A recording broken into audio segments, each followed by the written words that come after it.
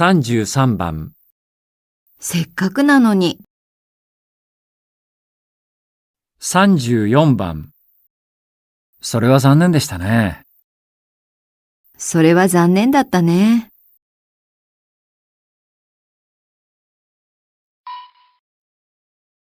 せっかくなのに留守ですみません。いえ、また来ます。フリーマーケット、雨で中止だって。せっかくなのに残念だな。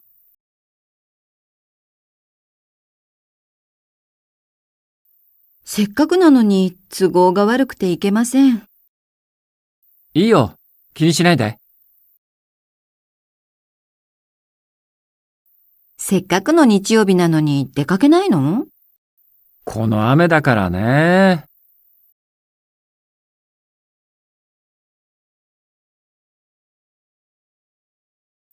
試験不合格でした。そうでしたか。それは残念でしたね。昨日の試合、途中まで勝ってたんだけど、結局負けちゃって。それは残念だったね。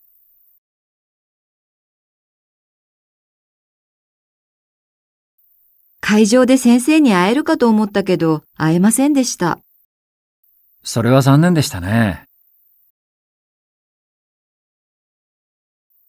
仕事が忙しくて、旅行は行けなくなりました。そうですか。それは残念ですね。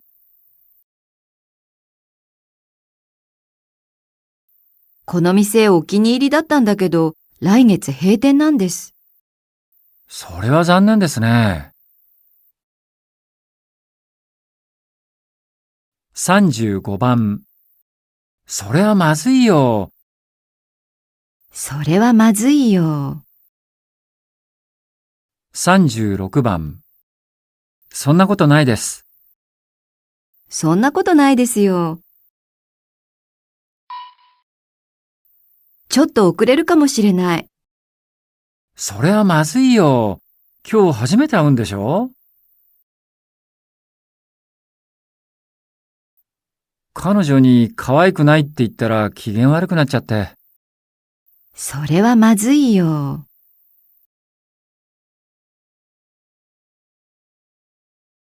さっき薬飲んだんだけど、お酒飲んでもいいかな？それはまずいよ。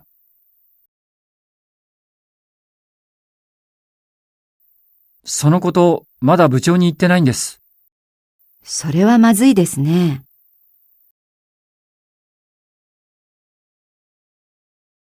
パソコンにジュースをこぼしちゃったよ。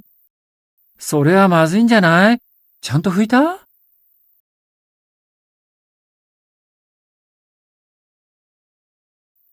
日本語お上手ですね。いいえ、そんなことないです。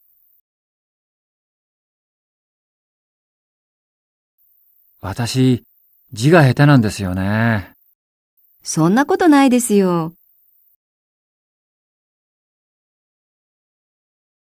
この味濃いかな？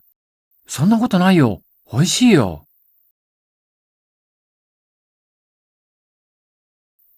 森さんって、ちょっと怖そうだよね。でも話してみたらそんなことないよ。今日体調が悪い？そんなことないよ。大丈夫。